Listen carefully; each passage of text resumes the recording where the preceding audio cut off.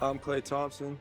I'm Stephen Curry. And we're the Splash Brothers. 13 seasons, 6,228 made three-pointers, 15 All-Star appearances, and 4 NBA championships. But now, it's all over. The best backcourt in NBA history won't play together anymore after setting numerous NBA records that will be almost impossible to beat.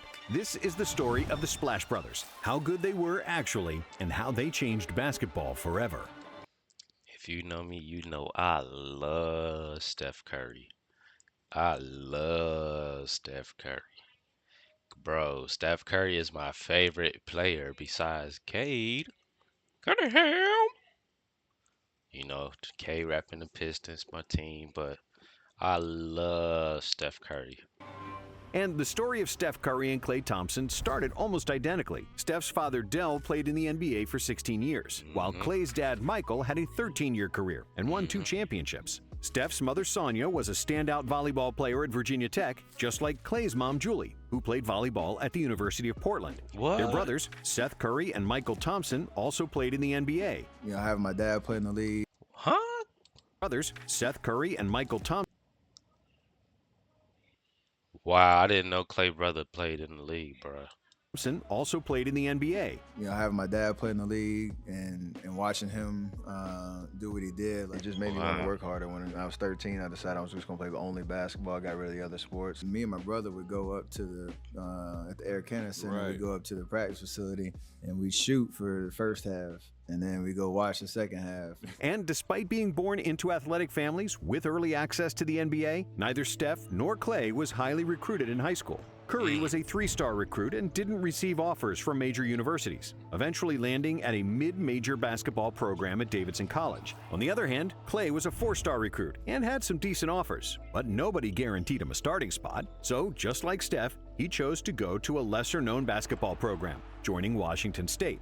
They both spent 3 years in college, and they both left college as their respective schools' all-time leaders in free throw percentage and made three-pointers, as well as single-season leaders in points. The Golden State Warriors drafted Curry 7th overall in 2009, while Klay got drafted 2 years later as the 11th overall pick.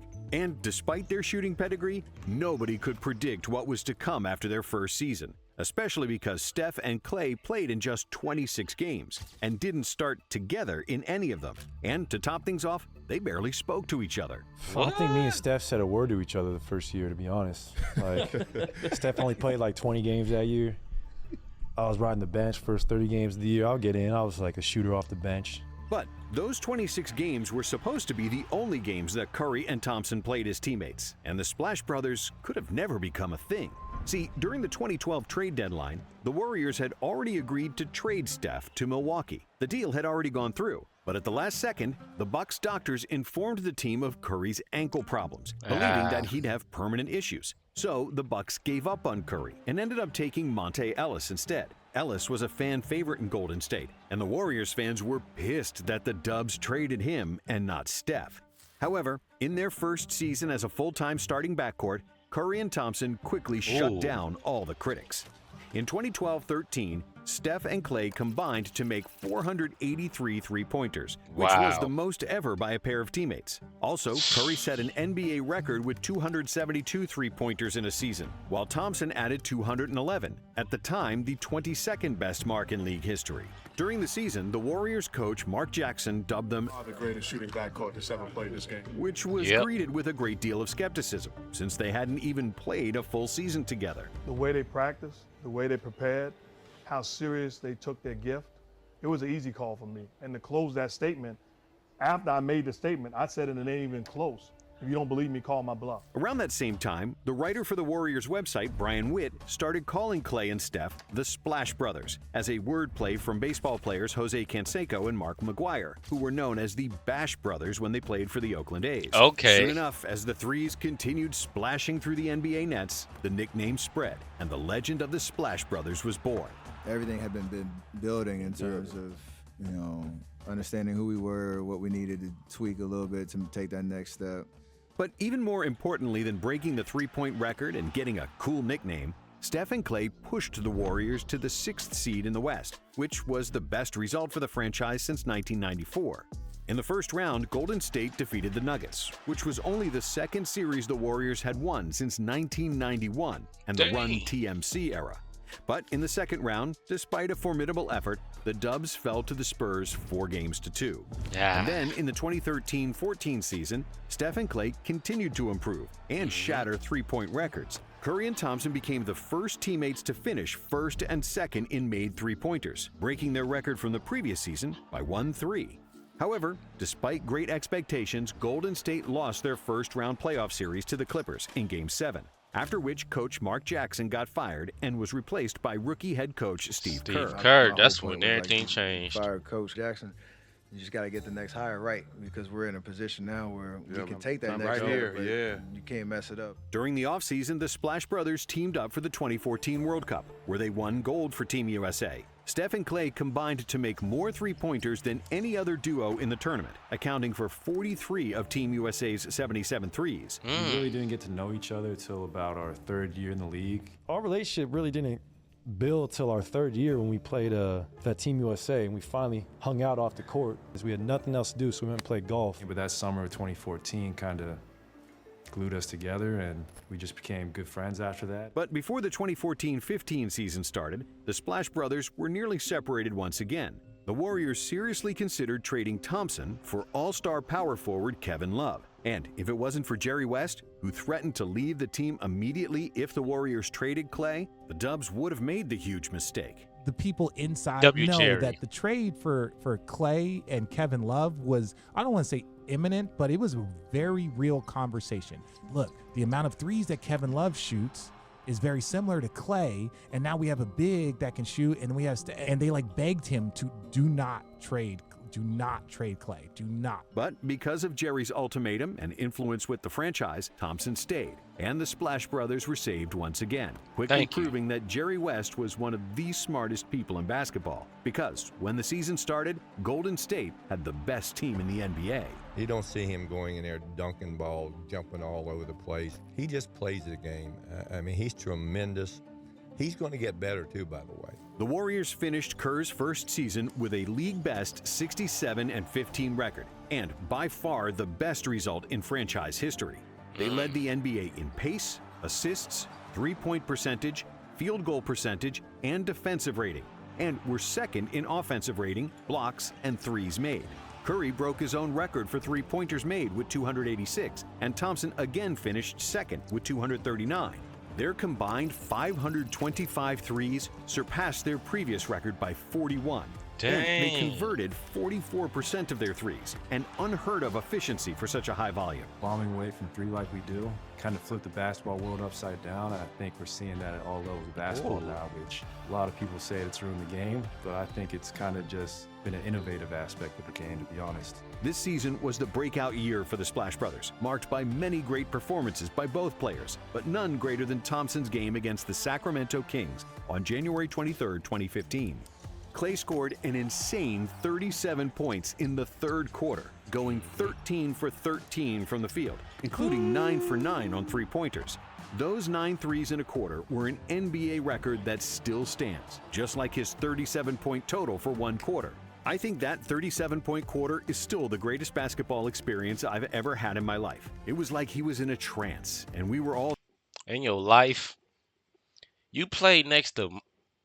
Okay. there just in the trance together with him. That was an out-of-body experience for everybody who was in the building that night. Steve Kerr.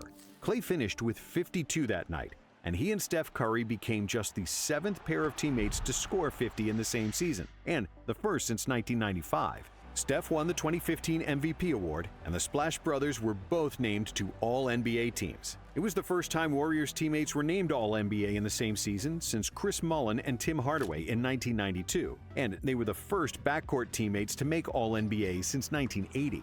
And then the one time in Golden State where you went in between the whole team at the free throw, came out and turnaround shot, and then when Kerr was like, and he made it, it was probably one of the most unbelievable shots being a basketball mind. I was like, these got next, and it's gonna be next for a minute. Steph and Klay's constant movement in Kerr's motion offense was something we've never seen before from backcourt players, and their pace and shot-making ability often left defenders dumbfounded, as they simply weren't used to running after two guys for an entire offensive possession. On top of offensive firepower, Klay established himself as a top-notch perimeter defender, able to slide his feet and contest shots with his big frame and 6'9" wingspan. However, despite Golden State being a complete team offensively and defensively, with the 7th best net rating in NBA history, many people doubted that they could win the title. Jumpers, I always said jumpers are like pretty girls. They're really good looking when they going in, but then when you realize that pretty girl is dumb, you're in for a long date. And after they won their first-round series, the Warriors fell behind 2-1 against the Grizzlies, and it seemed like their fairy tale season would end soon. But then Coach Kerr made an adjustment by closing out the paint and completely ignoring Tony Allen at the three-point line, which made all the difference. As Allen kept missing, the Warriors once again proved the power of the three-pointer and advanced to the conference finals, where they defeated the Rockets 4-1. The Dubs made their first finals since Rick Barry led them to the title in 1975. But still, very few people believed that they could match up with LeBron and the Cavs. After injuries to Kevin Love and Kyrie Irving, LeBron lacked the firepower to outmuscle the Warriors by himself. After Kerr smartly inserted Andre Iguodala in the starting lineup, it changed the series, and Golden State won the finals in 6 games, with Iguodala as the finals MVP. It's just a whole nother level of freedom after that. When you got one, yeah, like, we can get greedy now. Curry didn't receive any votes for the finals MVP, as all the votes went to Iguodala and LeBron, and that's kind of a shame.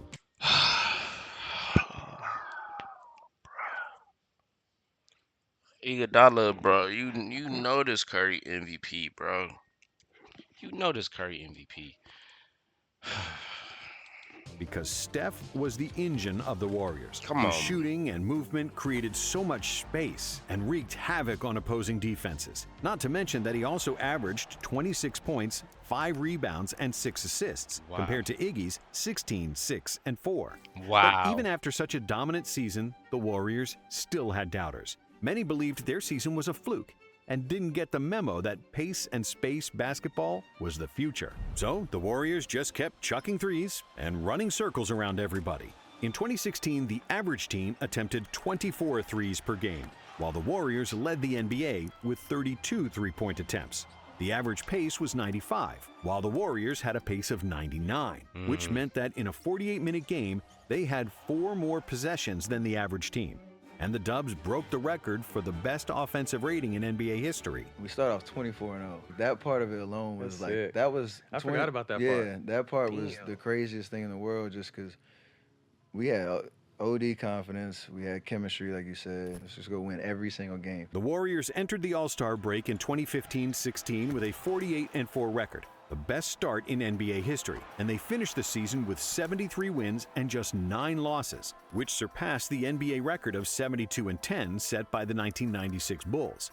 Steph repeated as MVP, also becoming the first unanimous MVP in league history. Curry led the NBA in scoring with 30.1 points per game, in steals with 2.1, and in free throw percentage with 91%. His 402 made threes in the season shattered his previous record of 286, and he became the first player to pass 300 threes and then 400 threes in a season. During the season, Steph tied Kobe Bryant and Daniel Marshall's record with 12 threes in a single game, and he also became just the 7th player in history to shoot 50, 40, 90 for the season. Many consider his 2016 campaign as the greatest shooting season in NBA history. Klay made 276 threes himself, and combined, they made 678 shots behind the arc, which is still the record. The Splash Brothers were also the highest-scoring duo in the NBA with an average of 52.2 points per game. When the playoffs started, Golden State breezed past the Rockets and the Blazers. But in the conference finals against OKC, they found themselves on the brink of elimination with a 3-1 deficit. The Dubs won the game at home, but in Game 6 in OKC, it seemed like it was all over when the Thunder held an 8-point lead going into the 4th quarter. Yeah, I was there. Game 6, Klay appeared, completely erasing the deficit with an array of improbable threes. Thompson went ballistic, dropping 41 points on 11 for 18 shooting from downtown, and the Warriors escaped with a victory. His 11 threes was an NBA playoff record. In Game 7, the Splash Brothers scored 57 of the Warriors' 96 points, securing another trip to the NBA Finals. The Splash Brothers were the first NBA players to finish with at least 33-pointers in a playoff series, and their 62 combined makes exceeded the Thunder's team total of 55. And against the Cavs in the finals, after 4 games, it seemed like the Dubs had another chip in the bag with a 3-1 series lead. But then Draymond got suspended for hitting a player in the family jewels, and in Game 5, the Warriors lost center Andrew Bogut. Without their 2 big men, and thanks to 41 from Kyrie and LeBron, the Cavs won Game 5, and then also Game 6 at home. In the deciding Game 7, the Splash Brothers struggled, scoring 14 and 17 points. But thanks to the best game of Draymond Green's career, who shot lights out and scored 32 points, the Dubs were still in play to win it all. But then LeBron's block, Kyrie's shot, and Caleb's stop on Steph helped the Cavs become the first team in NBA history to overcome a 3-1 deficit in the finals. Playoff run, obviously 7-3-9. Then we get into the playoffs, I get hurt. Miss like 3 weeks of the playoffs, come back. We get to Western Conference. Ain't no excuses, bro. Y'all was up 3-1, Steph. Y'all was up 3-1. There's no excuses. No excuses. Finals were down 3-1. Like, people think our season's over with. We come back. So we were on both sides of a 3-1 situation. And then in the finals, obviously, I think the wheels just fell off. And Kyrie and LeBron played unbelievable for 3 straight games. Like, I don't think people talk about that part of it as much. It's always like, we all sucked. Like, we got beat. Like, we didn't lose. We got beat. However, this loss proved to be very beneficial for the Warriors because it allowed them to add Kevin Durant.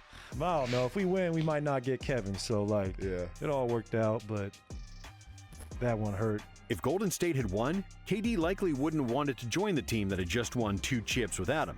But because they lost, it was clear that the Warriors kinda needed him, just like he needed them. A lot of people enjoyed seeing y'all lose in 2016. And a lot of those people were upset that we were so good. And they're still upset. And with KD alongside the Splash Brothers, the 2017 Warriors became arguably the best team of all time. They finished the season with 67 wins, had the best offensive rating ever at the time, the 3rd best net rating ever, and led the NBA in points, blocks, steals, assists, and field goal percentage. Curry and Thompson became the first 2 players in NBA history to make at least 200 3-pointers in 5. Bro, what a time to be alive. When KD was on the Warriors and they had Boogie. Consecutive seasons. And early in the season against the Pelicans, Steph broke the NBA record for the most 3-pointers made in a single game with 13, shooting 13 for 17 from deep. Even like my 10 years being here, I feel like I've played for 3 different teams. Team that sucked, to the team trying to figure it out, and to the established team that we got now where we're very confident in who we are, what we all bring to the table. I like this one. The highlight of Klay's season was on December 5th, when he scored 60 points in 29 minutes, using just 11 dribbles to score his points. Just one of those days where everything felt great. I mean, 40 in the first half, that's hard to do. But I was getting good looks the whole night. With the gravity that KD and Steph brought to the team, I was getting wide open looks, so. He became the first player in NBA history to score 60 points in less than 30 minutes of action, and also the first Warrior to score 60 points since Rick Barry did it in 1974. In the playoffs, the Warriors swept all 3 series in the West, with Curry leading the Dubs in scoring in each series.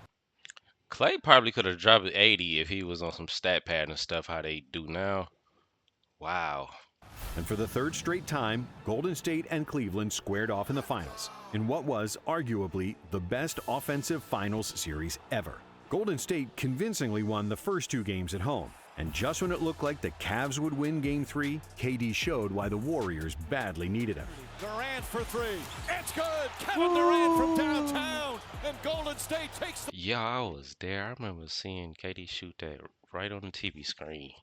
It was like a knife, just dagger, just. Ooh, it was painful for a Cleveland fan, not for me, but. The Cavs managed to avoid getting swept, but with so much offensive firepower and defensive versatility, there was no stopping these Warriors, and the Splash Brothers deservedly celebrated their 2nd championship. There it is, redemption. Thompson for Golden State. One of the great playoff runs of all time is complete. While KD was crowned the finals MVP, Steph nearly averaged a triple-double in the finals, and Klay contributed with phenomenal defense and 42% shooting for three. However, in 2018, the Dubs took their foot off the gas in the regular season. Steph and Klay still averaged their usual numbers, extending their record for consecutive seasons with 200 made three-pointers. But in the playoffs, the Warriors didn't walk over everybody like the previous year, and were on the brink of elimination against the Rockets in the conference finals, trailing 3-2 in the series, and then down double digits at halftime of Game 7.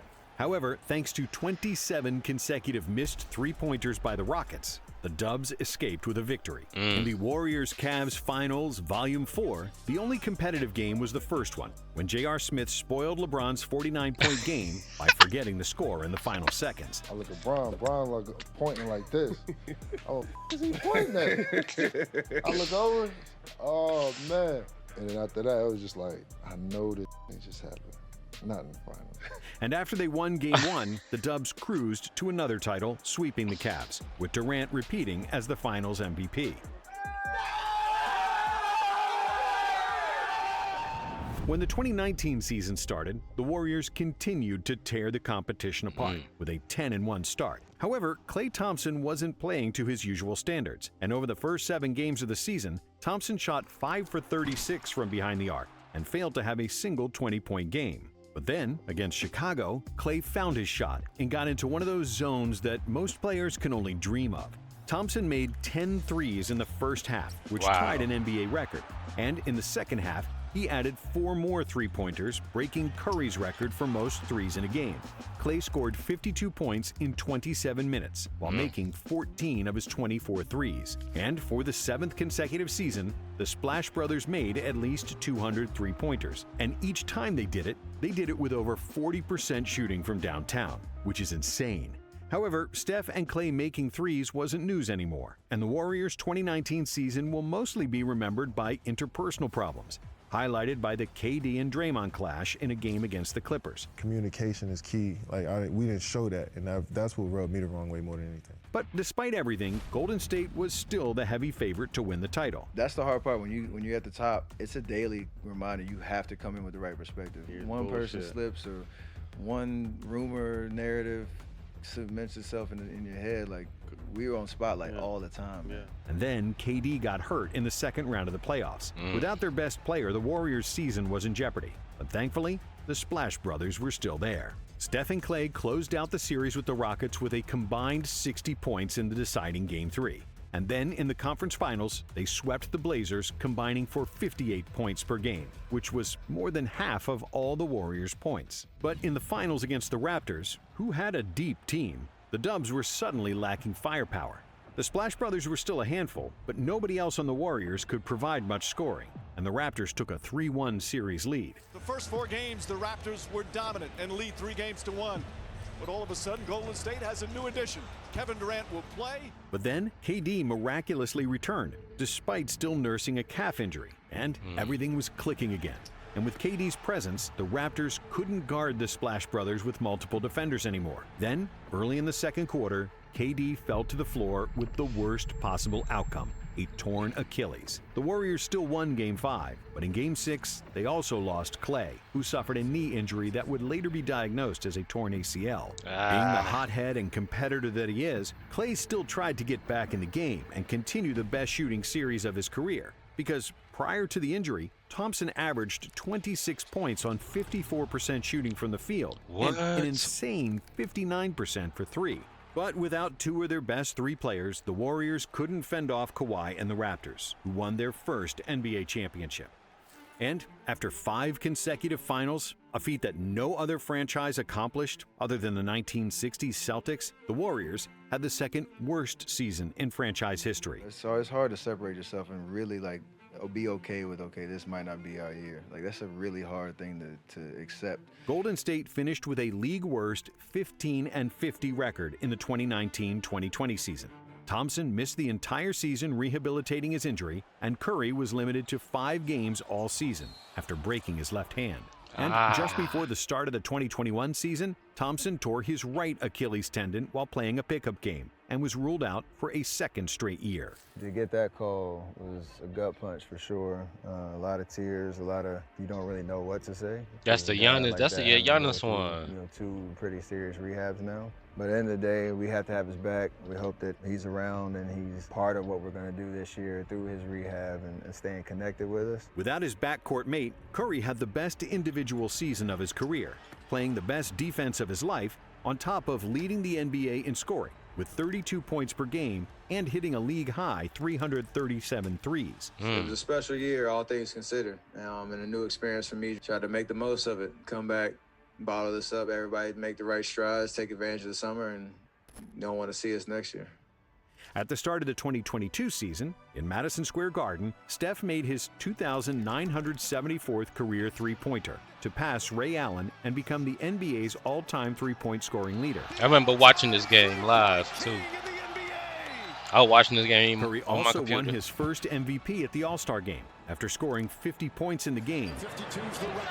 I remember watching this game live, 2 too. points shy of the NBA record set by Anthony Davis. But before the All-Star break, a more important thing happened. Klay Thompson finally returned to action after 2.5 years and 941 days since that Game 6 of the 2019 Finals. Wow. And while Klay's explosiveness and lateral movement weren't the same as before, he quickly regained his shooting form, finishing the season with averages of 20.4 points per game and 39% efficiency from deep, which was the first time he ever shot below 40% for three. We all know I can still shoot. I'm like, yeah. I'm gonna figure out how to, move, get off the dribble stuff. Like, yeah, I'm sure that'll come. The last thing that's gonna come is, meeting people at the rim, getting a couple bodies. Like, yeah, don't press yourself. Like, just stay within yourself. Like, it took that man 9 minutes, and he was crossing over, going in the lane. And when he dunked it, like, I lost it. I was on the bench going nuts, going crazy. He got up, and he was like, oh, I'm back. I remember seeing this, too. However, in the playoffs, the Warriors look like their old selves again, defeating the Nuggets, the Grizzlies, and the Mavericks to advance to another NBA Finals. In each of those 3 series, Steph and Klay led the Warriors in scoring, combining for 46 points per game on average. But in the NBA Finals against the Celtics, things looked bleak for the Warriors, as Boston took a 2-1 lead in the series. Then, in Game 4, Steph played arguably the best game of his career, putting the team on his back and leading the Dubs to victory with 43 points and 10 rebounds. Step back, three-pointer, bang! Steph Curry drills The Celtics never recovered from that loss, as Golden State won the next 2 games and their 4th title in the Splash Brothers era, with Curry unanimously winning the Finals MVP. During the Finals, Thompson joined Curry at the top of the all-time playoff leaders in three-pointers, and as of today, they are the only 2 players with more than 500 made threes in the postseason. They are also occupying the #1 and #2 spot in three-pointers made in the NBA Finals, and they share a single postseason record with 98 made threes.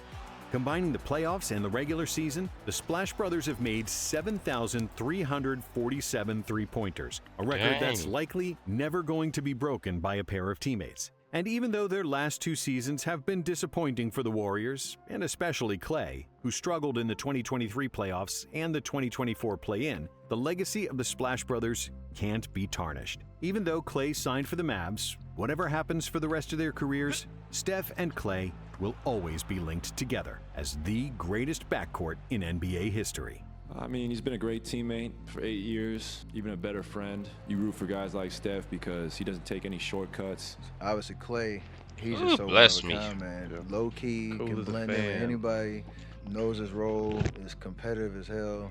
Hopefully, we can go down as one of the greater backcourts that I we get play. some tissue. Thanks for watching. And if you like this one, subscribe and keep watching nonstop. Yeah, man, I love Curry. I'll catch y'all in the next one. Drop some more videos and hit that subscribe. Peace.